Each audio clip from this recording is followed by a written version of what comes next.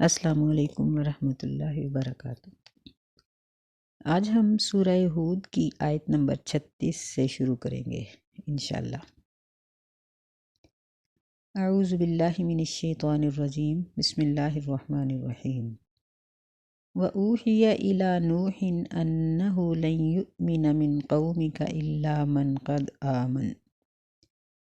اور وحی کی گئی نوح علیہ السلام کی طرف کہ بے شک ہرگز نہیں ایمان لائیں گے تیری قوم میں سے الا من قد آمن، مگر جو شخص تحقیق ایمان لا چکا ہے۔ فلا تبتئس بما كانوا یفعلون، پس نا امید ہو اس چیز پر جو وہ کرتے ہیں۔ یعنی اللہ تعالیٰ نے نوح علیہ السلام کی بہت لمبی چوڑی محنت کے بعد جب وہ پریشان ہوئے تو ان کو بتا دیا کہ اب ان لوگوں سے ایمان کی امید نہ رکھیے گا۔ یہی وجہ تھی کہ نوح علیہ السلام نے جب اللہ تعالیٰ کا یہ حکم سنا کہ اب باقی لوگ مسلمان نہیں ہوں گے تو انہوں نے ان کے لیے بد دعا کی اور کہا کہ اللہ ان کو تباہ کر دے، ان کے گھر بار ہر چیز ختم کر دے۔ اگر یہ زندہ رہیں گے تو اسی طرح جہالت کو جنم دیتے رہیں گے اور پھیلاتے رہیں گے۔ تو اللہ تعالیٰ نے ان کو حکم دیا وَاصْنَعِ الْفُلْكَ بِأَعْيُنِنَا وَوَحْيِنَا، اور بناؤ کشتی ہماری آنکھوں کے سامنے، وَوَحْيِنَا، اور ہمارے حکم سے، وَلَا تُخَاطِبْنِي فِي الَّذِينَ ظَلَمُوا، اور نہ مخاطب کرو مجھے ان لوگوں کے بارے میں جنہوں نے ظلم کیا، إِنَّهُمْ مُغْرَقُونَ، بے شک وہ غرق ہونے والے ہیں۔ یعنی جو لوگ مسلمان نہیں ہوئے تھے ان کے بارے میں اللہ تعالیٰ کو بہت غصہ تھا اور فرمایا کہ ان کا مجھ سے مت پوچھیے، یعنی ان کا معاملہ میرے سپرد کر دیں، میں خود ہی ان لوگوں کو غرق کر کے ان سے بدلہ لے لوں گا۔ اور آپ اپنے بچنے کے لیے ایک کشتی بنائیں۔ یہ کشتی بہت بڑی بنائی گئی، اس کا ویسے تو کہیں اس کی لمبائی چوڑائی کا ذکر نہیں ملتا، لیکن تورات میں اس کی پیمائش بتائی گئی ہے کہ وہ 300 ہاتھ لمبی تھی اور 50 ہاتھ چوڑی تھی اور تقریباً 30 ہاتھ اونچی تھی۔ کہا جاتا ہے کہ اس کی 3 منزلیں تھیں اور اس میں مختلف قسم کے پورشن بنے ہوئے تھے جس سے صاف پتہ چلتا تھا کہ یہاں جانور رکھے جائیں گے اور یہاں انسان رہیں گے اور یہاں چھوٹے جانور ہوں گے، یہاں بڑے ہوں گے۔ بہرحال جو تعجب کی بات ہے وہ یہ ہے کہ یہ کشتی کسی خاص قسم کی لکڑی سے نہیں بنائی گئی تھی،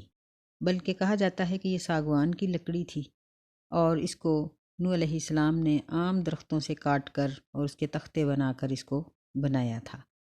اور قوم کے لوگ جب اس کے پاس سے گزرتے تو ہنستے تھے، کیونکہ عراق میں کہیں قریب اس پانی نہیں تھا، اس کشتی کے ارد گرد کہیں پانی نہیں تھا کہ کہا جائے کہ اس کو کھینچ کر لے جا کر اس پانی میں، دریا میں، نہر میں تیرا لیں گے۔ نہر کے تو وہ قابل نہیں تھی، بہت بڑی تھی، تو کسی دریا اور سمندر تک اس کو پہنچا لیا جائے گا۔ تو اس لیے یہ لوگ جب بھی گزرتے تھے تو دیکھ کر ہنستے تھے کہ اے نوح علیہ السلام، اس کشتی کو کہاں لے جاؤ گے؟ اللہ تعالیٰ نے سورہ قمر میں اس کا ذکر کیا ہے کہ وہ کشتی کوئی خاص مٹیریل کی نہیں تھی، بلکہ وَحَمَلْنَاهُ عَلَى ذَاتِ أَلْوَاحٍ وَدُسُرٍ، یعنی وہ لکڑی کے تختوں کو میخوں کے ساتھ جوڑ کر بنائی گئی کشتی تھی۔ اگر وہ تیر رہی تھی اور باقی لوگ ڈوب گئے تھے تو اس میں صرف اللہ کی قدرت تھی، جو اللہ تعالیٰ کی تمام انبیاء کے معاملے میں ہوتی ہے کہ اللہ اپنے نبیوں کو اور ان کے ساتھیوں کو نجات دے دیتا ہے اور دوسرے لوگوں کو غرق کر دیتا ہے۔ اللہ تعالیٰ فرماتے ہیں وَيَصْنَعُ الْفُلْكَ، کہ نوح علیہ السلام کشتی بنا رہے تھے، وَكُلَّمَا مَرَّ عَلَيْهِ مَلَأٌ مِّن قَوْمِهِ سَخِرُوا مِنْهُ، اور جب بھی گزرتے اس کی قوم کے سردار اس کے پاس سے تو اس کا مذاق اڑاتے، یعنی وہ ہنستے کہ اے نوح اس کو کہاں چلاؤ گے؟ قَالَ إِن تَسْخَرُوا مِنَّا فَإِنَّا نَسْخَرُ مِنْكُمْ كَمَا تَسْخَرُونَ۔ نوح علیہ السلام فرماتے کہ اگر تم ہمارا مذاق اڑاتے ہو بس بے شک ہم بھی تمہارا مذاق اڑائیں گے جس طرح تم ہمارا مذاق اڑا رہے ہو۔ فَسَوْفَ تَعْلَمُونَ مَن يَأْتِيهِ عَذَابٌ يُخْزِيهِ، بس بہت جلدی تم جان لو گے کہ کس کے پاس ایسا عذاب آتا ہے جو اس کو ذلیل کر دیتا ہے۔ وَيَحِلُّ عَلَيْهِ عَذَابٌ مُقِيمٌ، اور کس پر ہمیشہ کا عذاب اترتا ہے، یعنی عذاب کی نظر، عذاب کا نشانہ ہم ہیں یا تم؟ نوح علیہ السلام کی یہ باتیں اور یہ جملے بتا رہے ہیں کہ وہ کتنی زیادہ محنت ان پر کر چکے تھے، لیکن محنت کا کچھ بھی اچھا بدلہ نہ مل سکا کہ چند لوگوں کے سوا قوم کا کوئی شخص مسلمان نہ ہوا۔ تو جب نوح علیہ السلام کی کشتی مکمل ہو گئی تو اللہ تعالیٰ نے آپ کو علامت بتائی کہ جب فلاں جگہ سے پانی پھوٹ نکلے تو اس وقت اپنے ساتھیوں کو اور جانوروں کے جوڑے جوڑے کو اس کشتی میں سوار کر لینا۔ فرمایا حتیٰ اذا جاء امرنا، یہاں تک کہ جب ہمارا حکم آ گیا، وفارت تنور، اور تنور میں سے پانی پھوٹ نکلا، قلنا احمل فیہا من کل زوجین اثنین واہلک، تو ہم نے کہا کہ سوار کر لو اس کشتی میں من کل زوجین، ہر قسم سے جوڑا جوڑا، و اہلک، اور اپنے اہل کو بھی، الا من سبق علیہ القول، مگر وہ شخص جس پر پہلے سے لکھا جا چکا ہے عذاب کا وعدہ، ومن آمن،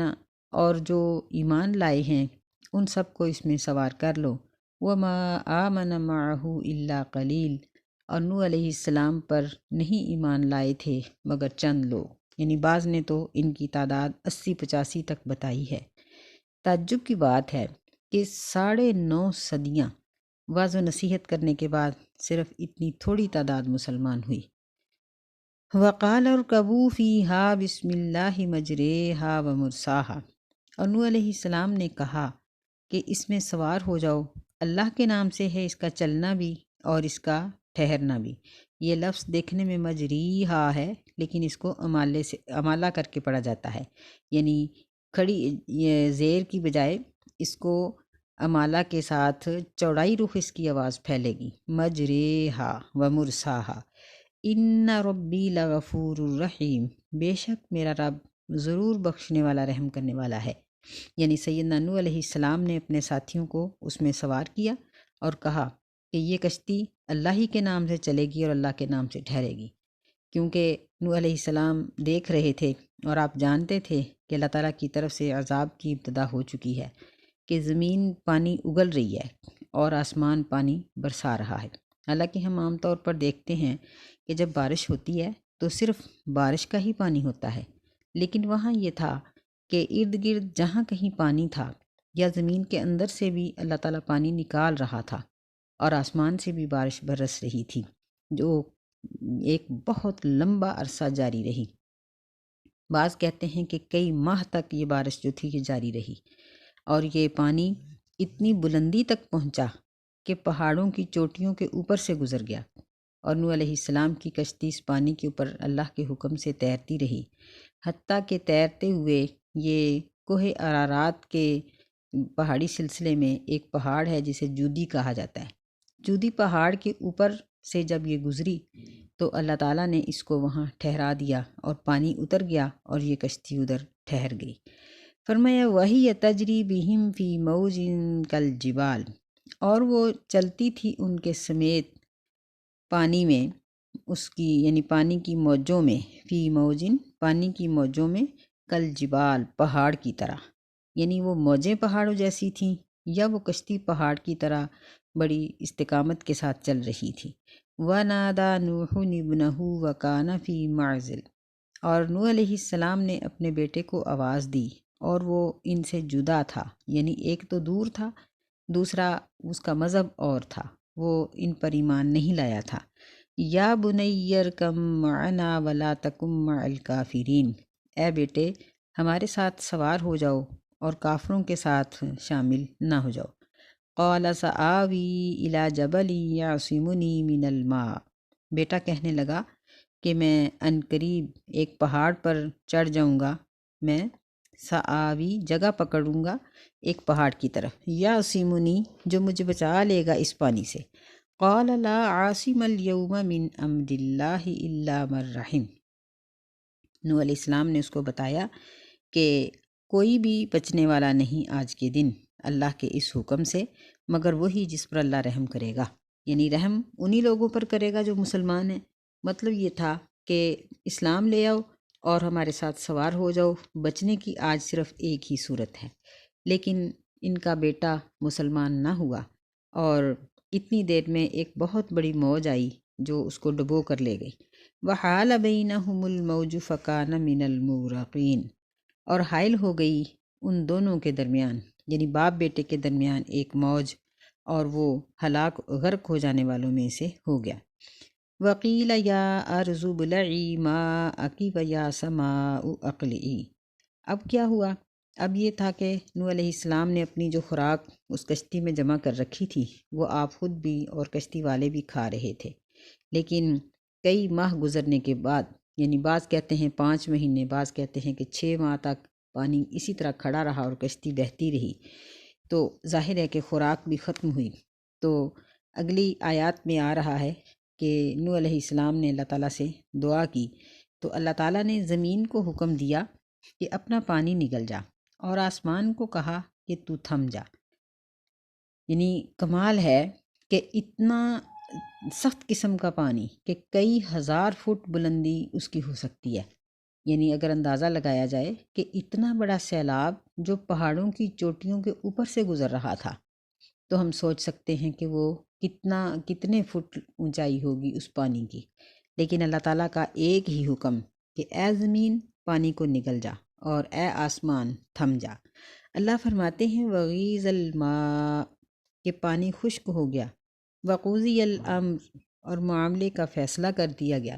یعنی وہ سب جو نافرمان تھے وہ ہلاک کر دیے گئے اور زمین خشک ہو گئی۔ واستوت علی الجودی، اور وہ کشتی جودی پہاڑ پر ٹھہر گئی۔ وقیل بعدا للقوم الظالمین، اور کہا گیا کہ اللہ کی رحمت سے ظالموں کی قوم کے لیے دوری ہے، یعنی جو ظالم لوگ ہیں وہ اللہ کی رحمت کو حاصل نہیں کر سکتے۔ وَنَادَى نُوحٌ رَبَّهُ فَقَالَ رَبِّ إِنَّ ابْنِي مِنْ أَهْلِي، یعنی جودی پہاڑ کے اوپر کشتی ٹھہر گئی اور نوح علیہ السلام اپنے ساتھیوں کے ساتھ وہاں موجود ہیں۔ اب ان کو اس بات کا خیال آیا کہ اللہ تعالیٰ نے مجھے یہ کہا تھا کہ میں آپ کے اہل کو اس عذاب سے بچا لوں گا، تو بیٹا بھی تو اپنے اہل خانہ سے ہوتا ہے، تو وہ کیوں ڈوب گیا؟ انہوں نے اللہ تعالیٰ سے یہ استدعا کی کہ وَنَادَى نوح علیہ السلام نے پکارا کہ اے میرے رب،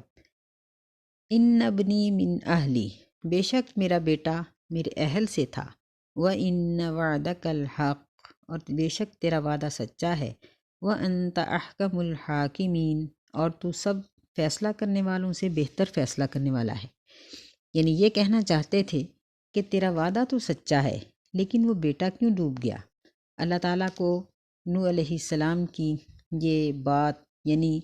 اس بیٹے کی نافرمانی کی وجہ سے نوح علیہ السلام کا پوچھنا بھی اچھا نہ لگا،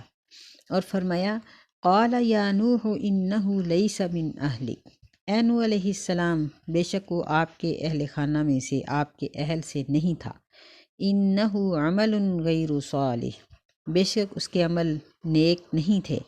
فلا تسألنی ما لیس لک بہ علم، پس نہ سوال کرو مجھ سے اس چیز کے بارے میں جس کا آپ کو علم نہیں ہے، انی اعیذک ان تکون من الجاہلین، بے شک میں تجھے نصیحت کرتا ہوں یہ کہ تم جاہلوں میں سے ہو جاؤ گے۔ یعنی اللہ تعالیٰ نے سیدنا نوح علیہ السلام کو ان کے اس سوال پر ڈانٹ دیا، جس سے صاف پتہ چلتا ہے کہ اللہ رب العزت کی ذات ہی معبود برحق ہے۔ انبیاء علیہ السلام اگرچہ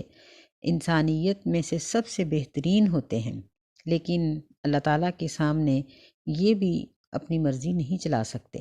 اللہ تعالیٰ نے ان کو سختی کے ساتھ کہہ دیا کہ ایسا سوال کرنے سے کہیں ایسا نہ ہو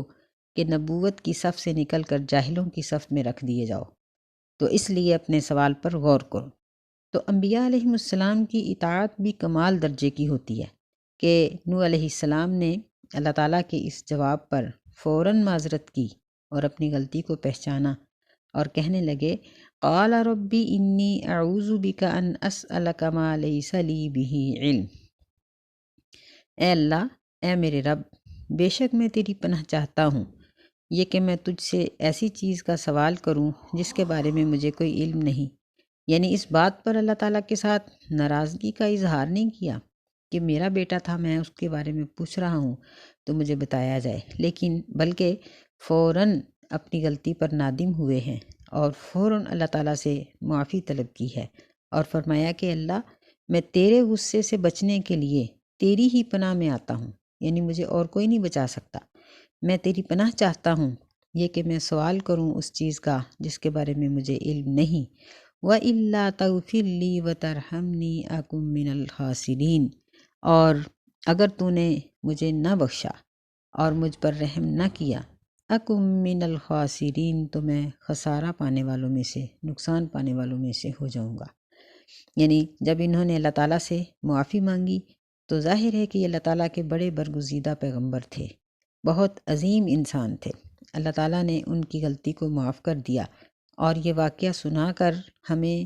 اس بات کی عبرت دلائی ہے کہ اگر نوح علیہ السلام اپنے کافر بیٹے کو نہیں بچا سکتے، سیدنا لوط علیہ السلام اپنی کافر بیوی کو نہیں بچا سکتے، نبی صلی اللہ علیہ وسلم ابو جہل، ابو لہب جیسے لوگوں کو نہیں بچا سکتے، تو پھر ایک عام شخص کی کیا حیثیت ہے کہ اس کو اللہ کا رسول یا کوئی اور اللہ کا ولی اس کو جہنم سے بچا لے گا؟ یہ کیسے ممکن ہے؟ یہ ہرگز ممکن نہیں ہے۔ نبی صلی اللہ علیہ وسلم نے اپنی نبوت کے ابتدائی دور میں اللہ تعالیٰ کے کہنے پر جب اللہ تعالیٰ نے یہ آیت نازل فرمائی وَأَنذِرْ عَشِيرَتَكَ الْأَقْرَبِينَ کہ اپنے قریبی رشتہ داروں کو اللہ کے عذاب سے ڈراؤ، تو آپ نے اپنی پھپھو، چچا سب کو بلایا، اپنی بیٹی فاطمہ رضی اللہ تعالیٰ عنہ کو بھی بلایا اور ہر ایک ایک کو کہا کہ اے فلاں عمل کر لو۔ بیٹی سے کہا کہ اے فاطمہ اعملی ما شئتی، جو بھی عمل کرنا چاہتی ہو کر لو، یعنی جنت کا یا جہنم کا، یہ نہ سوچنا کہ تیرا باپ انبیاء میں سے ہے اور وہ تجھے بچا لے گا۔ کہنے لگے کہ اللہ کی قسم لا اغنی عنک من اللہ شیئا، میں تجھے اللہ کی طرف سے آنے والی کسی بھی مصیبت اور سزا سے نہیں بچا سکتا۔ تو یہی مسلمان کا عقیدہ ہے کہ جہنم سے بچانے والا اور جنت میں داخل کرنے والا، دنیا میں اور قیامت کے دن معاف کرنے والا صرف اللہ ہے، اللہ کے علاوہ کسی اور میں اختیار نہیں ہے۔ نوح علیہ السلام جب کئی ماہ تک یوں کشتی میں سوار رہے اور خوراک کی بھی ظاہر ہے قلت ہو گئی ہوگی، اللہ تعالیٰ نے زمین کو خشک کر دیا، تو پھر انہوں نے اللہ تعالیٰ سے دعا کی کہ اے اللہ مجھے کسی اچھی جگہ پر اتار دے، ربی انزلنی منزلا مبارکا وانت خیر المنزلین، کہ اے اللہ مجھے اترنے کی کسی اچھی جگہ پر اتار۔ تو اللہ تعالیٰ فرماتے ہیں قیل یا نوح اہبط بسلام منا وبرکات علیک، کہہ دیا گیا کہ اے نوح علیہ السلام اترو ہماری طرف سے سلامتی کے ساتھ اور برکتیں ہوں آپ پر، وَعَلَىٰ أُمَمٍ مِّمَّن مَّعَكَ، اور ان جماعتوں پر برکتیں ہوں جو آپ کے ساتھ ہیں، وَأُمَمٌ سَنُمَتِّعُهُمْ، اور وہ جماعتیں جن کو ہم بہت جلدی فائدہ دیں گے، یعنی عنقریب ہم ان کو ایک لمبا ٹائم زمین پر رہنے کا دیں گے، ثُمَّ يَمُسُّهُم مِّنَّا عَذَابٌ غَلِيظٌ علیم، پھر ان کو ان کے گناہوں کی وجہ سے ہماری طرف سے دردناک قسم کا عذاب پہنچے گا۔ یہاں یہ مسئلہ مختلف فی ہے کہ کیا نوح علیہ السلام کے جو بیٹے کشتی میں سوار تھے، یہ ساری دنیا کی آبادی ان 3 بیٹوں سے ہوئی، یا جتنے لوگ کشتی میں سوار تھے موجودہ انسان ان سب کی اولاد ہیں؟ تو آیات سے دونوں چیزیں ثابت ہوتی ہیں، یہ بھی کہ وہ صرف نوح علیہ السلام کی اولاد، کیونکہ اللہ تعالیٰ نے فرمایا کہ وَمِن ذُرِّيَّتِهِ، کہ اس کی اولاد میں سے، لیکن یہ آیت بھی موجود ہے جس میں اللہ نے فرمایا کہ یہ دنیا کے لوگ نوح علیہ السلام اور اس کے ہم سفر جو کشتی والے تھے ان سب کی اولاد ہے۔ تو یہی بات زیادہ قرینِ قیاس ہے کہ جب یہ لوگ وہاں پہاڑ پر اترے اور پھر اتر کر انہوں نے زمین کے مختلف حصوں پر آبادی کی، تو اللہ تعالیٰ نے ان کو لمبی چوڑی اولادوں سے نوازا کہ انہی کی بدولت پوری دنیا آباد ہے، اللہ تعالیٰ نے ان کے ذریعے سے ہی پوری دنیا کو آباد کر دیا۔ تِلْکَ مِنْ أَنْبَاءِ الْغَیْبِ نُوحِیہا إِلَیْکَ مَا کُنْتَ تَعْلَمُہا، یہ غیب کی خبریں ہیں جو ہم وحی کرتے ہیں آپ صلی اللہ علیہ وسلم کی طرف۔ ما کنت تعلمها، آپ ان کو نہیں جانتے تھے، انت ولا قومک، نہ آپ اور نہ آپ کی قوم، من قبل ھذا، ان آیات کے اترنے سے پہلے۔ یعنی مکے کے لوگ آپ کو یہ طعنہ دیتے تھے کہ قرآن آپ نے خود بنایا۔ اللہ تعالیٰ نے جب انبیاء علیہ السلام کی یا پہلی قوموں کے واقعات بیان کیے تو ان واقعات کے وہ پہلو نمایاں کیے گئے جو مکے کے لوگ بھی نہیں جانتے تھے اور کوئی بھی نہیں جانتا تھا۔ تو فرمایا کہ یہ چیزیں، یہ باتیں تو کوئی بھی نہیں جانتا تھا، تو پھر آپ نے ان کو خود کیسے بنا لیا؟